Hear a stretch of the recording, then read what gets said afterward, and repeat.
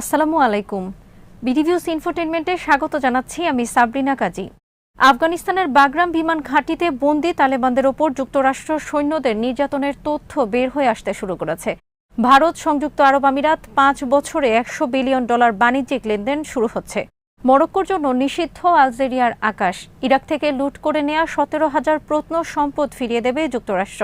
বিস্তারিত থাকছে মেহেদী হাসানের প্রতিবেদনে।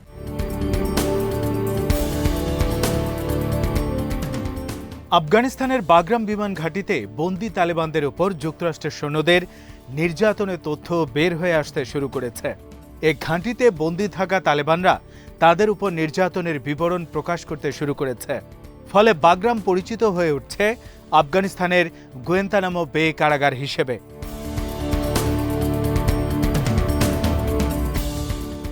দখলদার যুক্তরাষ্ট্রের আফগানিস্তানের সবচেয়ে বড় ঘাঁটি ছিল বাগরাম বিমান ঘাঁটি।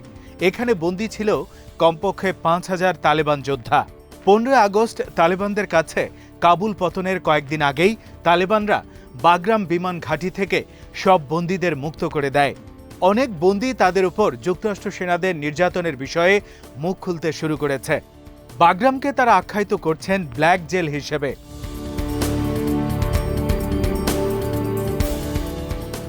বাগরাম বিমান ঘাঁটিতে বন্দী থাকা তালেবান যোদ্ধা মোমিন হামজা বর্তমানে তার সহযোদ্ধা তালেবানদের ঘুরিয়ে দেখাচ্ছেন তাদেরকে বন্দী করে রাখা এবং নির্যাতনের স্থানগুলো। হামজা বলেন, যুক্তরাষ্ট্রের সেনারা বন্দীদের উপর চালাতো বিকৃত যৌন নির্যাতন। তবে হামজা এ বিষয়ে বিস্তারিত প্রকাশ করতে কুণ্ঠাবোধ করেন। হামজা ক্ষোভ প্রকাশ করে বলেন, আফগানদের নিয়ে আমাদের উপর নির্যাতন চালাতো যুক্তরাষ্ট্র সেনারা। মাঝে মাঝে তারাও নির্যাতনে অংশ নিত।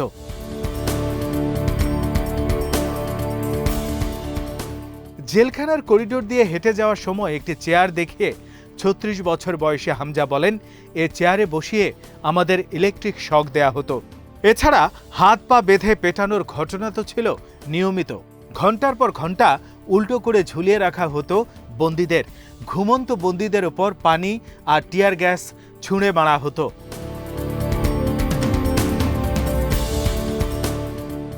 হামজা ২০১৭ সাল থেকে বাগরাম ঘাঁটির জেলখানায় বন্দী ছিলেন। ২রা জুলাই যুক্তরাষ্ট্রের সেনারা ঘাঁটি ত্যাগের পর হামজা জেলখানা থেকে পালিয়ে আসেন। হামজা জানান, ১৬ বছর বয়সে তালেবান যোদ্ধা হিসেবে যোগ দেয় যুক্তরাষ্ট্রের বিরুদ্ধে যুদ্ধের জন্য। তার কাজ ছিল বোমা তৈরি করা। তাকে ২৫ বছরের জেল দেওয়া হয়েছিল বাগরামে। বাগরামের আরেক বন্দী সুলতান জানান, রিমান্ডের সময় তার দাঁত ভেঙে ফেলা হয়েছে। সুলতান ২০১৪ থেকে ২০২১ সালের আগস্ট পর্যন্ত সেখানে বন্দী ছিলেন।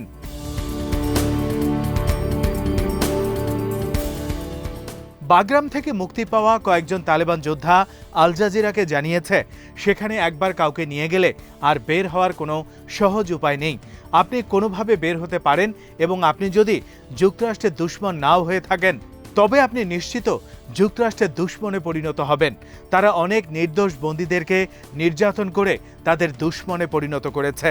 হামজা বলেন, তীব্র শীতেও আমাদেরকে পর্যাপ্ত পোশাক দেওয়া হতো না।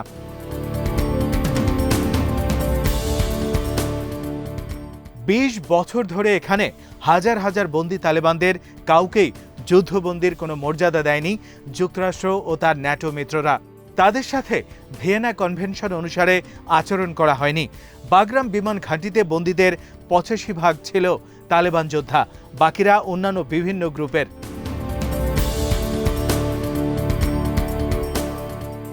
রাতের আধারে ২রা জুলাই কাউকে কিছু না জানিয়ে যুক্তরাষ্ট্র সেনারা বাগরাম বিমান ঘাঁটি ছেড়ে চলে যায়। এরপর অনেক তালেবান যোদ্ধা জেলখানা থেকে বিভিন্নভাবে পালিয়ে বের হতে থাকে। পলায়নের পর ২২শে সেপ্টেম্বর হামজা তার অনেক সহযোদ্ধা নিয়ে আবার বাগরাম ঘাঁটির জেলখানা দেখতে আসেন। হামজা বলেন, এখান থেকে বের হতে পারবো, এক সময় তা ছিল ভাবনার বাইরে।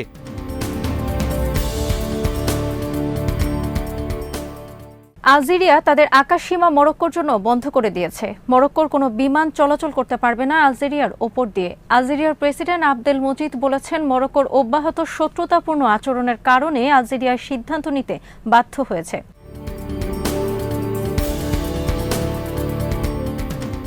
আলজেরিয়া গত 24শে আগস্ট মরক্কোর সাথে কূটনৈতিক সম্পর্ক ছিন্ন করে। 1990 সাল থেকে দুই দেশের সীমান্ত যোগাযোগ বন্ধ রয়েছে।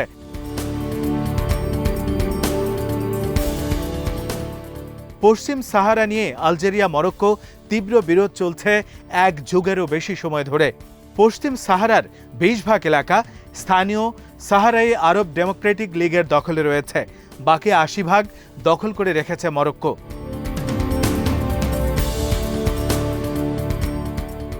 গত বছর ইসরায়েলকে স্বীকৃতি দেয় মরক্কো। এর পুরস্কার হিসেবে যুক্তরাষ্ট্র পশ্চিম সাহারাকে মরক্কোর অংশ হিসেবে ঘোষণা করে। পশ্চিম সাহারার আয়তন 1,03,000 বর্গমাইল। 1975 সাল পর্যন্ত এটা স্পেনের দখলে ছিল। পশ্চিম সাহারার দখল নিয়ে অতীতে মরক্কো, মৌরিতানিয়া, আলজেরিয়ার মধ্যে যুদ্ধ হয়েছে।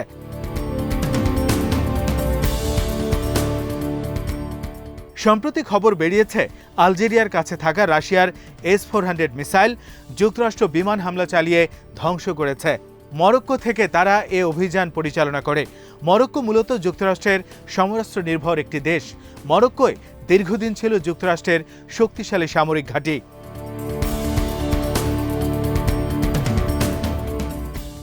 ভারত এবং সংযুক্ত আরব আমিরাত আগামী 5 বছরে কমপক্ষে $100 বিলিয়ন বাণিজ্য বাড়ানোর সিদ্ধান্ত নিয়েছে। এ লক্ষ্যে উভয় পক্ষ আলোচনা শুরু করেছে। তেল বহির্ভূত খাতে বাণিজ্য করা হবে। দুই দেশের মধ্যে তেল বহির্ভূত খাতে বিদ্যমান লেনদেন দ্বিগুণ করার উদ্যোগ নেওয়া হয়েছে।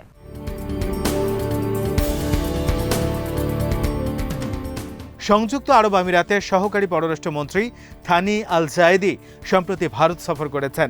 ভারতের বাণিজ্য মন্ত্রী পিয়াস গয়াল 22শে সেপ্টেম্বর বলেছেন, দুই দেশের বর্তমান বাণিজ্য দ্বিগুণ করা নিয়ে চলতি বিষয়ে ডিসেম্বরের মধ্যেই সমঝোতা চূড়ান্ত করা হচ্ছে। 2022 সালে এ বিষয়ে আনুষ্ঠানিক চুক্তি করা হবে।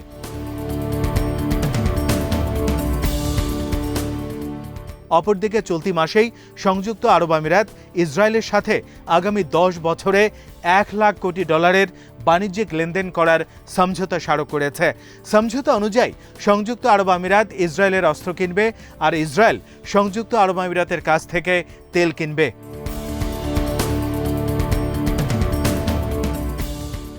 ইরাক দখলের পর লুটেরা চক্র ইরাক থেকে কমপক্ষে 17,000 পিস মূল্যবান প্রত্নসম্পদ যুক্তরাষ্ট্রে নিয়ে গেছে। লুটেরারা এসব মূল্যবান সম্পদ যুক্তরাষ্ট্রের বাজারে বিক্রি করেছে। যুক্তরাষ্ট্র বলেছে এসব সম্পদ ইরাকে ফিরিয়ে দেওয়া হবে।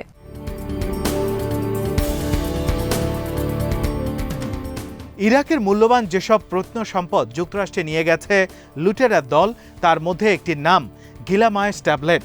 সুমেরীয় সভ্যতার এই শিলালিপি পৃথিবীর অন্যতম প্রাচীন একটি ধর্মীয় স্লেট হিসেবে আখ্যায়িত করা হয়েছে। এটির বয়স 3,500 বছর। ইরাকের জাদুঘর থেকে 1990 সালে এটি লুট করে যুক্তরাষ্ট্রে নিয়ে যাওয়া হয়েছে। 2007 সালে একটি যুক্তরাষ্ট্রে প্রকাশ্যে আনে লুটেরা গোষ্ঠী।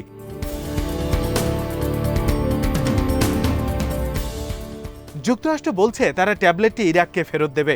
যুক্তরাষ্ট্রের জাস্টিস ডিপার্টমেন্ট বলছে উপসাগরীয় যুদ্ধের সময় এটি ইরাক থেকে চুরি করে এনে যুক্তরাষ্ট্রের বাজারে বিক্রি করা হয়েছে।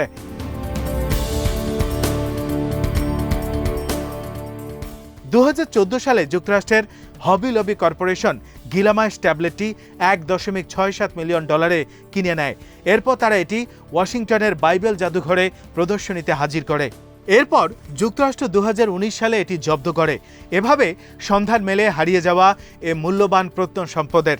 যুক্তরাষ্ট্রের জাস্টিস ডিপার্টমেন্ট বলছে ইরাক থেকে আনা 17,000 আর্টিফ্যাক্টস ফিরিয়ে দেওয়া হবে। এদিকে ইউনেস্কো জানিয়েছে 23শে সেপ্টেম্বর গিলামায়েস ট্যাবলেটটি ইরাকের হাতে আনুষ্ঠানিকভাবে তুলে দেওয়া হয়েছে।